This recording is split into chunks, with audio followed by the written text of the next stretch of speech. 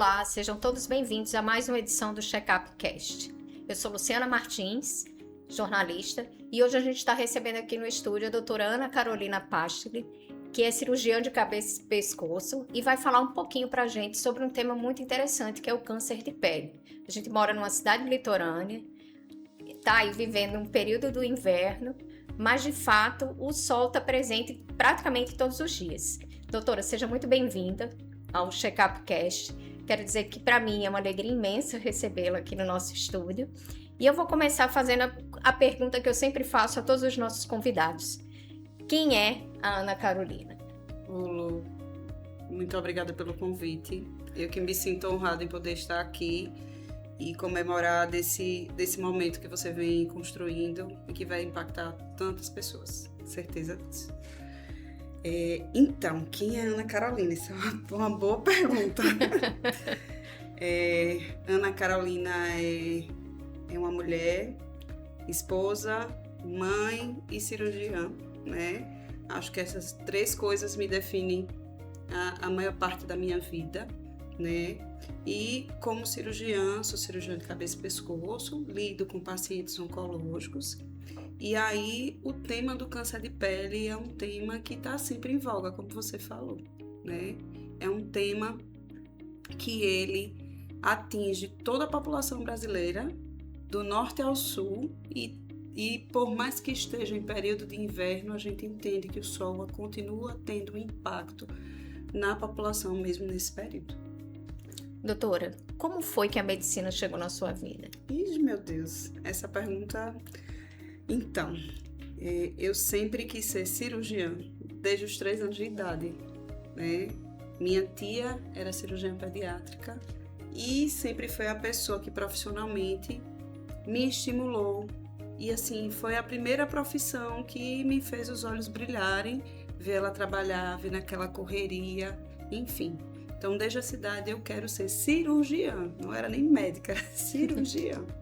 E para a gente chegar na cirurgia tem um caminho gigante. Então, a minha construção de estudante, de profissional, foi sempre pensando em almejar a cirurgia pediátrica, né?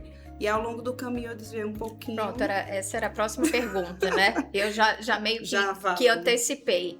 Aonde foi que você falou que pensava em ser cirurgiã, tinha referência da tia, porque era cirurgiã pediátrica, e como foi que a questão do cabeça e pescoço chegou ali nesse trajeto? Então, aí a gente, para fazer cirurgia pediátrica, precisa fazer cirurgia geral.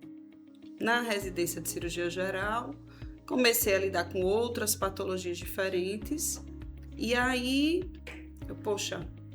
adoro operar criança, gosto muito de lidar com a população infantil, mas eu não queria fazer só isso. Não é só isso que me faz pensar em continuar e perpetuar, porque a gente tem que entender que aquilo vai durar uma vida inteira, né? Eu não vou fazer uma formação que vai se encerrar em 5 anos, em pouco tempo. Então, a cirurgia de cabeça e pescoço veio depois do questionamento. Eu não quero fazer cirurgia pediátrica, e agora? Aí veio 20 milhões de coisas na cabeça. Mama, vascular, plástica, acho que foram as 3. Aí eu pensava, conversava com um professor, com outro, e aí teve uma pessoa que veio assim, uma pulguinha atrás da orelha, que você conhece, chama José Cardoso. Por que você não pensa em conhecer essa especialidade? Tem carência, tem espaço. E aí eu fui, no 2º ano de residência de cirurgia geral, fazer um estágio opcional. A doutora Moana, que é cabeça e pescoço também, já era minha professora, já era minha staff na residência. Tinha pouco tempo que tinha voltado de Ribeirão. Vamos para Ribeirão Preto. Quando cheguei em Ribeirão Preto, passei 1 mês e me apaixonei. Então já voltei certa do que eu queria fazer e não tinha quem me dissesse que ia ser diferente. Então, do 2º ano de residência em diante, foi já que eu decidi. Já estava decidida.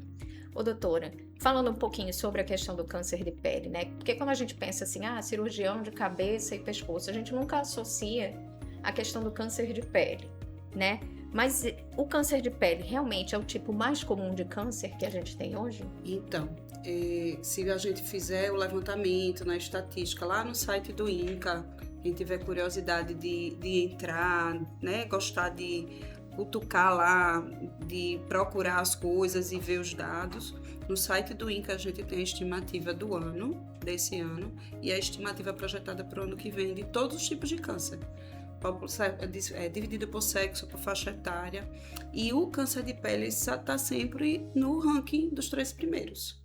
E aí, se a gente for passear ao longo do Brasil, a gente vai ver que tem locais do Brasil que tem maior incidência, né? Até dentro do estado de Alagoas, se a gente for mais para a zona agreste, essa incidência aumenta pelo perfil populacional. E a outra coisa é a herança genética. No sul, a gente tem uma população muito branca, que também desenvolve muito câncer de pele. Então, assim, Nordeste e Sul, eu acho que são as regiões que têm maior número, né? A maior incidência. Existem outros, claro, na cabeça e no pescoço, né, que também são bastante frequentes, mas esse é o que chama mais atenção, porque a maioria desses tipos de lesões são preveníveis com medidas poucas, com pouca alteração da estrutura da vida, do dia a dia. Antes de fazer a próxima pergunta, eu lhe sigo na rede social, né? E aí vi um vídeo muito interessante e a pauta, que era o que a gente estava conversando antes da gravação, a pauta surgiu a partir daí, né? Mostrando de um surfista, pentacampeão, jovem, que foi diagnosticado com câncer de pele na região dos lábios. E aí a pergunta seria, a gente acaba protegendo o corpo inteiro e esquece dos lábios. De fato, o uso do protetor solar, ele tem que ser em todo o corpo e também na região dos lábios? Isso, então, sobre a reportagem, Lu, que você viu, né? Então, é um trabalhador exposto ao sol, como qualquer outra profissão, o lavrador, o motorista. Então, ele está ali no dia a dia, maior parte do seu dia, exposto ao sol. Então, o que é que a gente poderia fazer para mudar, né? E o lábio, ele tem 2 regiões, a área em torno do vermelhão e o vermelhão. Também é pele. A gente classifica como câncer de boca, mas também é pele. E a forma de prevenir é igual. Então, como é que a gente entra em relação a essa questão da exposição, né? A gente cobre tudo, mas o que é que fica ao sol de fato? Então, se a gente for parar para pensar na vestimenta que eu tenho agora, onde eu deveria aplicar o protetor solar, né? Nas áreas expostas ao sol. Então, o protetor solar, ele vai ser aplicado em orelhas, que são extremamente esquecidas, né? Em toda a face, na área posterior do pescoço, na frente, colo, que ninguém passa nada, né? Se a camisa for mais baixa, mais ainda, e mãos, braços, antebraços, principalmente se ficarem de fora da roupa. Os pés a gente esquece também. Também, né? E aí, o que é que acontece? A roupa protege, mas às vezes não é uma roupa apropriada. Então, em teoria, a gente deveria passar em toda a área que vai receber algum tipo de calor ou, se a roupa for fina, de radiação. E hoje a gente tem as roupas com proteção UV. Você chega na loja da esquina e você acha, antigamente era super caro. Hoje em dia não é. É uma roupa que você pode inserir naquele dia a dia. Então, o surfista, além da roupa apropriada, ele poderia estar usando outros aparatos para barreira e prevenção. Diminui a chance dele desenvolver esse tipo de lesão? Sim. Então, é totalmente prevenível. E a partir do momento que aparece a primeira lesão, a gente entende que toda aquela área exposta ao sol ela foi multada. Então, o risco de aparecimento de novas lesões aumenta, né? Então, aquele paciente vai ter que ser seguido muito mais de perto, né? Eu acho que deve ter sido um choque para a vida dele, uma pessoa tão jovem. Né? Mas pense no tempo. Qual foi a primeira ida dele à praia? Vamos calcular o tempo de exposição ao sol. Eu me lembro... Até os 22 anos. Exato, no vídeo ele falou que de pequeno ele já sentia os lábios ressecados. E né? existem síndromes genéticas que podem levar ao desenvolvimento e aparecimento de câncer de pele, independente do fator de exposição, mesmo com pouca exposição solar. A gente lida com pacientes com múltiplos tumores cutâneos. São pacientes com, às vezes, casos bem graves para a gente tratar e resolver. Mas eles são a exceção. A maioria da população que a gente trata, totalmente prevenível com a proteção adequada. Porque o rosto, orelha, nariz, lábio e couro cabeludo são as áreas mais frequentes Porque né, são, afetadas. porque são as áreas que ficam de fora da roupa, falando por assim dizer, né? São as que estão mais expostas. Isso, ninguém vive de boné. Existem pessoas que têm um cabelo, né, com menor volume, Eu mais curtinho. vou até dar o meu exemplo. Toda vez que vai surgindo a conversa e o bate-papo, eu vou lembrando das situações que eu venho enfrentando no tratamento. E quando você falou a região de trás do pescoço, né, eu fiquei careca por causa da químio. Isso. E a gente não podia se expor ao sol. E aí eu fazia o trajeto da minha casa para academia a pé, porque era pertinho. E eu comecei a perceber que, de fato, a região posterior do pescoço, ela estava ficando queimada, né? E aí eu comecei a usar o guarda-chuva. Aí eu disse, meu Deus, eu preciso passar o protetor. Isso, mas antes você não se preocupava. Sim. Porque o seu cabelo era comprido. Exato. Né? Então as mulheres elas têm umas áreas de incidência diferentes dos homens. Então a nuca e as orelhas na mulher, praticamente a gente não vê. No homem, a frequência das lesões de pavilhão auricular é impressionante, né? Porque normalmente ele tem um cabelo curto, né? Exatamente, a maioria tem um cabelo curto, é o inverso da mulher. Então a distribuição das lesões no corpo, ela realmente muda a depender disso, né? Então, se eu tenho um cabelo curto, eu vou aplicar o protetor nas orelhas, atrás das orelhas, na nuca. Então, tem pele, tem que entrar. E o couro cabeludo, a gente pode usar o protetor em spray, mas é muito pouco prático, né? Então, o ideal é um chapéu UV, que faça uma barreira, exatamente para os raios eles não conseguirem ultrapassar. Doutora, qual é o papel do cirurgião de cabeça e pescoço no tratamento de câncer de pele? Então, eu acrescentaria só uma palavra na frente: diagnóstico e tratamento.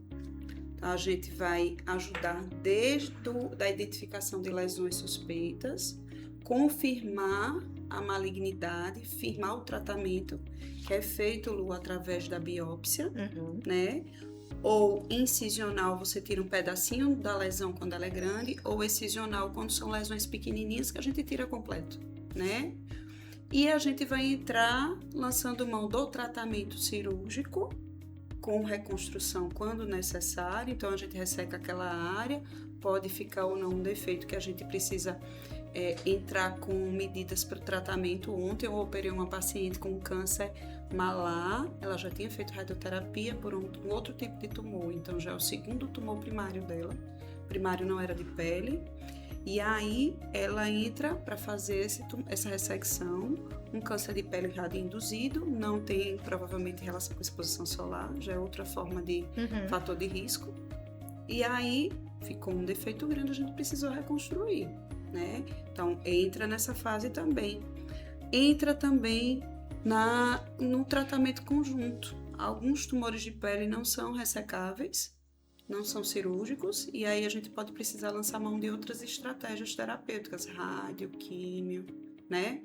E aí também entra em firmar a indicação desse tratamento, e depois do paciente tratado, curado, em fazer o acompanhamento de novas lesões ou recidiva, o retorno daquela primeira lesão. E quando a cirurgia é necessária? No câncer de pele, né, falando, eu acho que de todas as regiões do corpo, né, que a gente lida com a cabeça e o pescoço, mas tem pele, corpo inteiro, né, braços, tronco, membros inferiores. Quem lida normalmente com isso também são cirurgiões plásticos e cirurgiões oncológicos. Então, de forma geral, o tratamento é cirúrgico. Ana, quando não é cirúrgico? Aí a gente tem outras situações, lesões irressecáveis, invadindo estruturas que a gente não consegue ressecar completamente. Aí ele deixa de ser cirúrgico porque não é possível, né? E outros pacientes com tumores distribuídos pela pele do corpo inteiro, que às vezes as cirurgias vão ser muito mutilantes, múltiplas ressecções, e que a gente já tem novas formas de tratamento, que é uma das próximas perguntas que eu não vou falar agora, vou deixar para as próximas perguntas. O uso de protetor solar diariamente faz a diferença? Faz. E aí a gente entende que existem marcas de protetores que não são tão boas, né? Então, antes de comprar A gente pode escolher um com um fator mais elevado e de uma marca qualificada, é só sentar na internet e pesquisar. Eu quero até fazer um podcast sobre isso, para as pessoas poderem diferenciar de fato o que é um cosmético do que é um protetor porque tem muitos produtos que são vendidos como protetor solar, mas ele tem pouca barreira, pouca né? barreira, exato. E ele acaba sendo muito mais um cosmético, né? Tem o hidratante, enfim. Isso. E aí eu quero até trazer mais pra frente um bate-papo sobre isso. Muita gente não tem entendimento sobre essa questão, né? Qual o protetor adequado?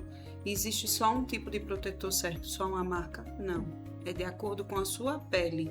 Então, quando eu oriento o paciente, o que é que eu oriento? Dentro desse leque, escolha o que cabe no seu bolso, que você precisa usar. Um que seja efetivo, né? O uso é diário, sim, e que seja específico para a região. Então, a gente tem protetor de pele para face, pescoço e colo, é um tipo. E para o resto do corpo é outro. E há uma diferença de valor e da qualidade. Então, assim, eu acho que tem que ser uma conjunção de fatores na hora de escolher. Mas não adianta você gastar R$200 num protetor que não presta. E é isso aí que a população também tem que entender, né? Existem alguns locais que o Sistema Único de Saúde, alguns postos de saúde por lei, deve fornecer o protetor ao paciente que já teve câncer de pele. Se a gente prescrever, tem paciente que consegue pegar em algumas unidades básicas. Mas não é uma coisa difundida e às vezes quando acaba não é reposto. Mas isso por lei é obrigado. É que nem um remédio, o remédio da diabetes, o remédio da pressão. É uma forma de prevenir. E é uma medida que está lá na ponta, que vai ter um impacto em toda a rede, que às vezes o governante ele não vê. Isso também é importante, né? Prevenir para não chegar lá naquele ponto de a gente ter um paciente internado 3-4 semanas no hospital por conta de um câncer de pele. O gasto acaba sendo muito maior, né? Isso, mas essa balança não é feita, né? Essa comparação na balança. Doutora, quais são os avanços mais importantes no tratamento atualmente? Aí, essa era a pergunta que Essa era a pergunta que eu achei sensacional, que pouca gente entende. Então, a gente tem avanços no diagnóstico, nas biópsias, que são os subtipos histológicos e novas classificações que têm impacto no tipo de cirurgia que a gente vai fazer, e na taxa de recorrência de doença. Isso é uma coisa. Então, os patologistas, eles são os responsáveis por nos ajudar a dar esse diagnóstico. Em relação à cirurgia, existem avanços e novos métodos para o controle de margem. Então, câncer de pele, ele precisa ser ressecado com uma margem sem doença. Senão, a doença continua ali e ele vai continuar crescendo, né? E aí a gente chama esse tipo de situação de controle de margem oncológica.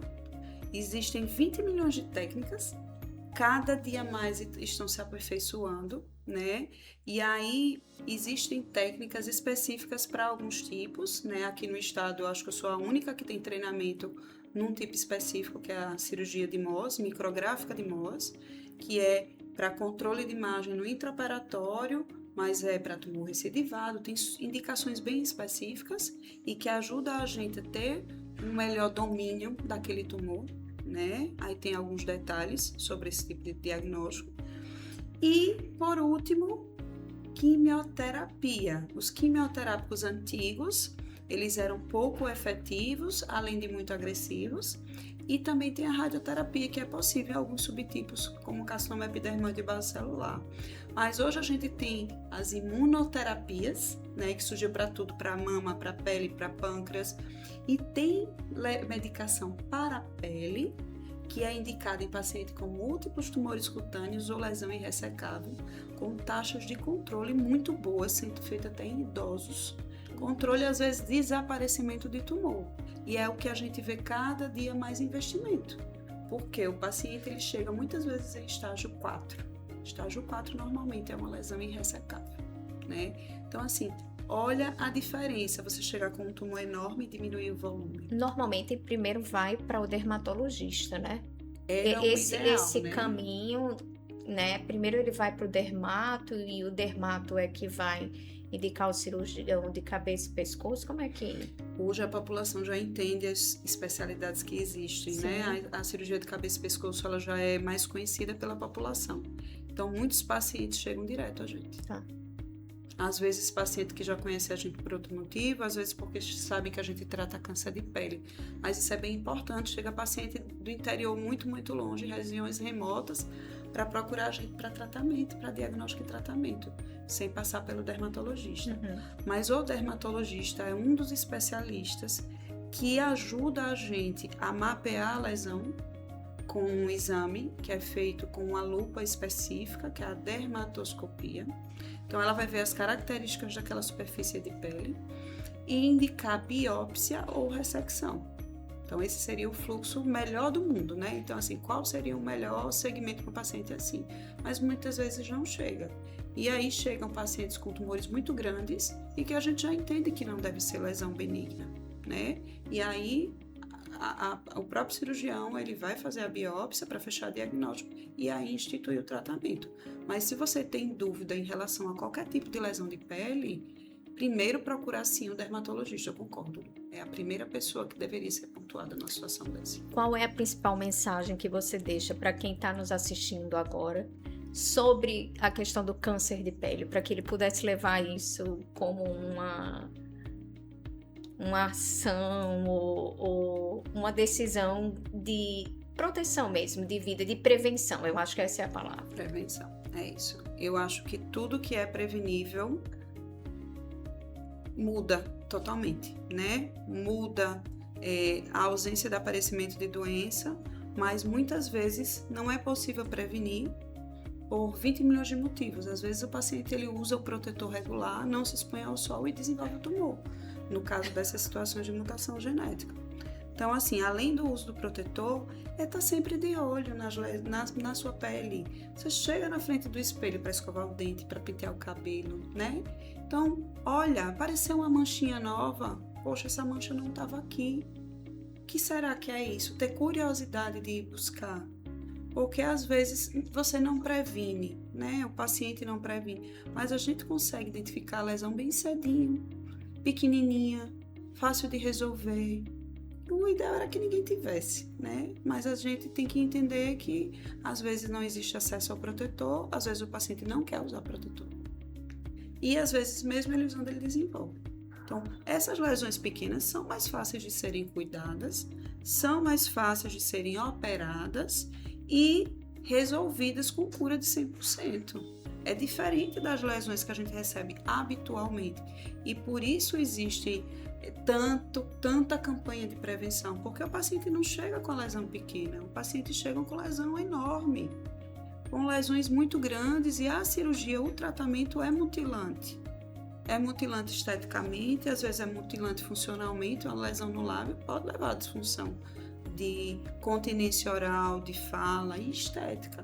Então, assim, é tentar, sempre que aparecer uma coisa diferente na sua pele, procura um médico do posto, procura um clínico, e se pode ir ao dermatologista, vá no dermatologista. Porque ele vai olhar e vai dizer, olha, não é maligno, fique tranquilo. Ele vai orientar a prevenção. Mas às vezes ele já vai olhar e dizer assim, poxa, isso aqui não tá legal, né? Então, mas a gente também tem que ter o autocuidado, Lu. Como foi que você recebeu seu diagnóstico? Quando foi que você suspeitou? Você sentiu uma lesão na mama? Eu tô falando aqui porque ela é muito próxima. Você sentiu uma lesão na mama? Imagine as mulheres que sentem e não vão em busca de fechar um diagnóstico, de entender o que está acontecendo. O que é que acontece com elas? Lesões enormes. Então, é isso que a gente não quer que aconteça, né? É exatamente isso. É fechar o diagnóstico cedinho, resolver da forma mais facinho de resolver. Aquela história no comecinho sempre é mais fácil. Tudo é mais fácil no comecinho. E aí curar, porque além das medidas de prevenção, o diagnóstico precoce é o que é realmente importante nessa situação. Doutora, eu quero muito agradecer a sua presença aqui, mas antes eu quero saber, quem quiser falar com a doutora Ana Carolina, acompanhar, como é que ela faz? Quais são os arrobas da doutora Ana? Só tem um arroba, só o finzinho que é meio complicado, mas não é difícil de achar, não. É @Ana Carolina Pachli, é a minha página do Instagram, né? E lá, tanto pelo direct, a gente responde muita pergunta, dúvida de paciente e orientação, que é o mais fácil é orientar como chegar ao especialista, mas também tem o WhatsApp do consultório, e que a gente consegue ajudar também pessoas que têm dúvidas, se precisam ir para a gente, né? Como acessar o cuidado, a consulta. Então, aí fica mais fácil. Muito obrigada. Estou muito feliz em recebê-la. E eu quero agradecer a vocês.